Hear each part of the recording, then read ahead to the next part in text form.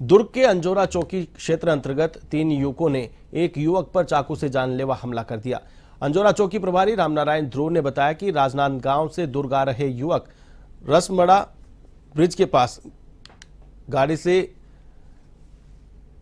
पेशाब करने के लिए उतरा था। इसी दौरान गांव के 3 युवकों ने वहां उसे रोका तो झगड़ा करने लगे।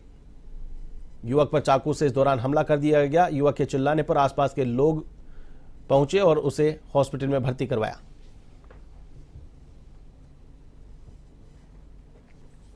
सूचना मिली थी कि रसमड़ा ब्रिज के नीचे रसमड़ा ब्रिज में बाईपास रोड पे एक लड़का को चाकू मारे हैं करके जाकर तस्दीक किया गया तो लड़का हॉस्पिटल पल्स हॉस्पिटल में एडमिट था।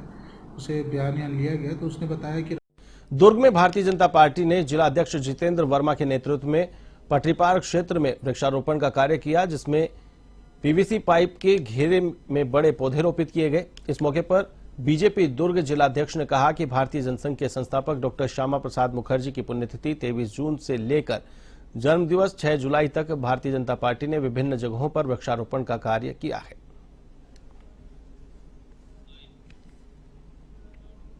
भारतीय जनता पार्टी के राष्ट्रीय आह्वान पे 23 जून से लेकर के 6 जुलाई आदरणीय डॉक्टर श्यामा प्रसाद मुखर्जी जी के पुण्यतिथि और जन्मतिथि दोनों के बीच 23 जून से 6 जुलाई तक राजधानी रायपुर के अमलीडीह स्थित पुलिस कॉलोनी में रहने वाले पुलिस परिवार के बच्चों को उनकी स्कूल बस मिल गई। मुख्यमंत्री विष्णुदेव साय और गृह मंत्री विजय शर्मा ने मुख्यमंत्री निवास परिसर में आयोजित कार्यक्रम में पुलिस परिवार की नन्ही छात्रा मारिया को बस की चाबी सौंपी। उन्होंने पुलिस परिवार के सदस्यों के साथ में विधिवत पूजा अर्चना करके बस को हरी झंडी दिखाकर रवाना किया। इस मौके पर विष्णुदेव साय ने कहा कि बड़ी अच्छी पहल है, बच्चों की परेशानी दूर हुई है और अब बच्चे सुरक्षित स्कूल जा सकेंगे। दुर्ग नगर निगम के आदर्श नगर में निजी जमीन पर सब्जी की बाजार संचालित हो रहे हैं, जहां पर विगत कई महीनों से ये सिलसिला बदस्तूर चल रहा है। नगर प्रशासन के इस मामले पर चुप्पी साधे बैठा हुआ है। वहीं इस मामले पर दुर्ग निगम आयुक्त लोकेश चंद्रकार से जानकारी ली गई तो उन्होंने कहा कि कोरोना काल के समय से ही उक्त जगह पर सब्जी विक्रेता रोड किनारे सब्जी का विक्रय कर रहे थे, जिस पर निगम ने कार्रवाई की थी। जानकारी मिली है कि प्राइवेट जमीन पर बाजार लगाया जा रहा है, जिस पर बाजार विभाग को आदेशित कर कार्रवाई की जाएगी।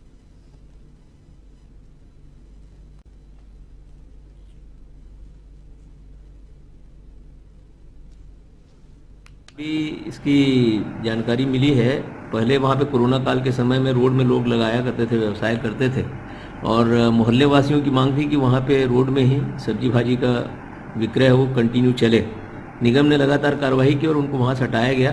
अब पता चल रहा है कि किसी प्राइवेट पार्टी के जमीन में कर रहे हैं, वहाँ पे बाजार विभाग को भेज के कार्रवाई के लिए। मुख्यमंत्री विष्णुदेव साय का जनदर्शन भाजपा के कुशासन का आईना है। प्रदेश कांग्रेस संचार विभाग के अध्यक्ष सुशील आनंद शुक्ला ने कहा कि मुख्यमंत्री के जनदर्शन को देखकर लग रहा है कि छत्तीसगढ़ में पिछले 6 महीने में सरकार नाम की कोई चीज नहीं बची है। शुक्ला ने कहा कि यदि सरकार की पहुंच आम आदमी तक होती तो आम आदमी की समस्याओं का निराकरण होता, तो इतनी बड़ी संख्या में लोग सीएम हाउस नहीं आते।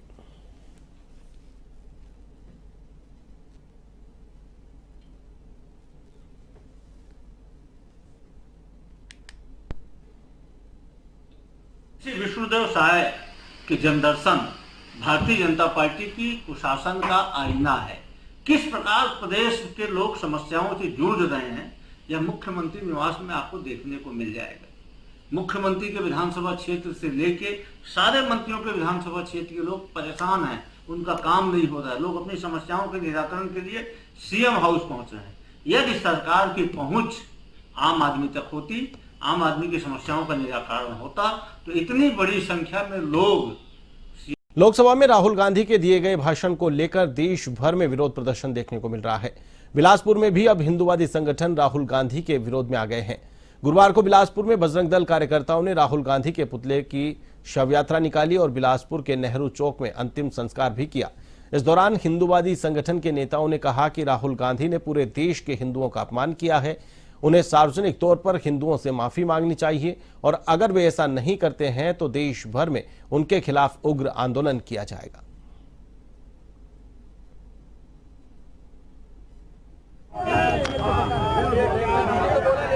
राहुल गांधी ने जिस प्रकार से संसद के अंदर हिंदुओं को हिंसक बताया है और हमारे देवी देवताओं की फोटो को लहरा करके हिंदुओं की हृदय को आज जो उन्होंने पीड़ा दी है, आज सर्व हिंदू समाज जो उन्हें तथाकथित हिंदू मानता भी था, आज ये मुर्दा उनका निकाल कर और उनका हम पिंडदान करके आज से उन्हें हम खत्म करते हैं। वो ईसाई धर्म माने, वो जो धर्म मानना माने, लेकिन आज के बाद किसी भी हिंदू धर्म के ऊपर कोई भी टिक्का टिप्पणी हुई, इसके बाद हिंदू हिंसक होकर के दिखाएगा। छत्तीसगढ़ को पूरे देश में पर्यटन के क्षेत्र में बढ़ावा देने और राज्य की संस्कृति को संरक्षित करने के लिए राज्य नीति आयोग ने बैठक की। बैठक में छत्तीसगढ़ की विजन डॉक्यूमेंट 2047 तैयार करने के लिए वर्किंग ग्रुप के सदस्यों ने अपने विचार रखे। अटल नगर, नया रायपुर स्थित राज्य नीति आयोग के सभाकक्ष में समिति के सदस्यों ने इस विषय पर लघु, मध्यम एवं दीर्घकालिक लक्ष्यों पर सुझाव दिए। बैठक में सदस्यों ने राज्य के पर्यटन स्थलों में अधोसंरचना विकास के लिए और पर्यटन की आवश्यकताओं के अनुसार नई योजना बनाने, नए पर्यटन सूचना केंद्र स्थापित करने, tribal tourism circuit, tribal theme को लेते हुए टूरिज्म डेस्टिनेशन का विकास करने पर विस्तृत चर्चा की। इसी प्रकार पर्यटन स्थलों में एडवेंचर गतिविधियों के विकास और निजी निवेशकों को आमंत्रित करने, बस्तर दशहरा, भोरमदेव महोत्सव, सिरपुर महोत्सव, लोकमड़ई मेलों के आयोजन सहित अन्य स्थानीय महोत्सवों को बढ़ावा देने विचार विमर्श किया गया। बैठक में उद्योग विभाग, संस्कृति, धार्मिक न्यास और धर्म, वन पर्यटन, जनसंपर्क सहित अन्य विभाग के अधिकारी उपस्थित रहे।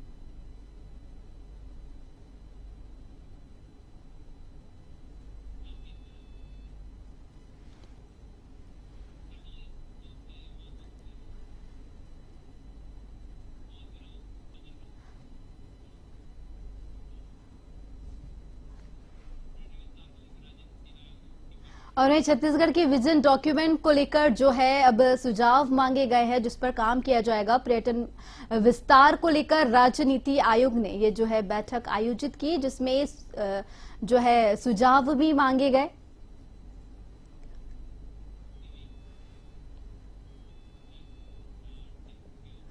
मुख्यमंत्री विष्णुदेव साय रायपुर के दीनदयाल उपाध्याय यूनिवर्सिटी ऑडिटोरियम में rise and shine with Jaya Kishori कार्यक्रम में शामिल हुए। इस अवसर पर विष्णुदेव साय ने कहा कि अंतर्राष्ट्रीय कथावाचक और यूथ मोटिवेटर जया किशोरी ने यहां आने से सभी लोगों के चेहरे खिल उठे हैं। जहां पे मुख्यमंत्री साय ने कहा कि प्रधानमंत्री नरेंद्र मोदी ने 2047 तक विकसित भारत के निर्माण का लक्ष्य रखा है। ये लक्ष्य हम भारत की युवा शक्ति के दम पर हासिल करेंगे। उन्होंने कहा कि हम विकसित छत्तीसगढ़ को दृष्टिगत रखते हुए जो विजन डॉक्यूमेंट बना है उसमें युवाओं की शिक्षा, प्रतिभा, रोजगार, उनके लिए अवसर और विकास में उनकी समग्र भागीदारी पर हमारा फोकस सबसे ज्यादा रहेगा।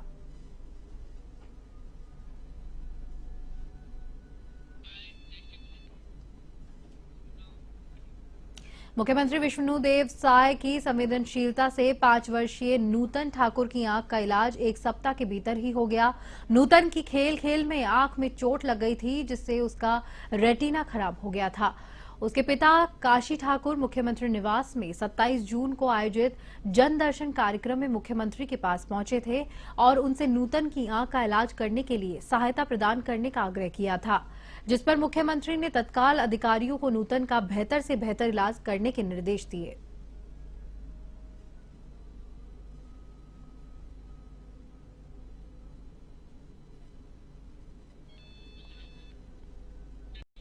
जांजगीर चांपा जिले के मुख्य सड़कों का बुरा हाल बना हुआ है, जिसके कारण यात्रियों का चलना दुर्बल हो गया है, जहां पर लोग बड़े बड़े गड्ढे में गिरकर जख्मी भी हो रहे हैं। जांजगीर से नवागढ़ ब्लॉक जाने के सड़क पर अधिकारी और जनप्रतिनिधियों का आना जाना है। इसके बावजूद भी सड़क की मरम्मत नहीं होने से ग्रामीणों में भारी आक्रोश व्याप्त है। जिला मुख्यालय और उससे लगे गांव की मुख्य मार्ग की स्थिति बद से बदतर हो गई है। ग्रामीण इस बरसात से पहले सड़कों की चौड़ीकरण और व्यवस्थित करने की मांग कर रहे हैं।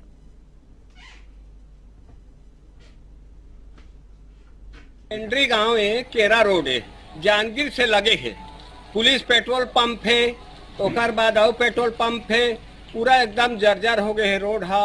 मैडम मन पढ़ाए जाते, लड़का मन पढ़े जाते तो सब गिर जाते, ककरो गोड़ हाथ टूट जाते तो और कुछ हो जाते।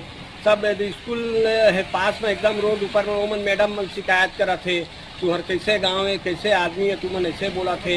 अब पूरा रोड खराब है और पूरा जांजगीर जिला में रहते हुए अत्ते कन दुख पात हन हमन। कनाई से दिल्ली के मेरा जांजगीर आने जाने का दुकान है मेरा, किराने तो सामान लेने आना जाना करता हूँ। ये यहाँ तक तो ठीक है, 4 लाइन से यहाँ तक आ जाते हैं। यहाँ से इधर तक आने में कपड़ा तो गंदा होता ही है और ऐसा डर लगता रहता है कि गिर जाएंगे, यहाँ पास गिरेंगे, खराब हो जाए। कोई गाड़ी वाड़ी आता रहता है, स्कूल के बच्चे लोग तो उसको साइड देना, कभी पैर रखने का, वहाँ टिकला में पैर रखने का तो पूरा वो है, खराब है, गंदा नाली है, तो डर लगता है ज़्यादा गड्ढा है तो गिर जाएंगे, गिरने का डर है। और रोड इतना जर्जर हो गया है इधर की आने जाने में तो परेशानी हो ही रहा है। पंचायत कार्यालय से लेकर के जो पॉलिटेक्निक कॉलेज होती है, जो रोड जाता है, वो चूंकि आउटसाइड में जो भूमि स्वामी हक की जमीन है तो उसका तो चौड़ीकरण किया जाना संभव प्रतीत नहीं होता है जब तक कि बजट में शासन से राशि न मिल जाए।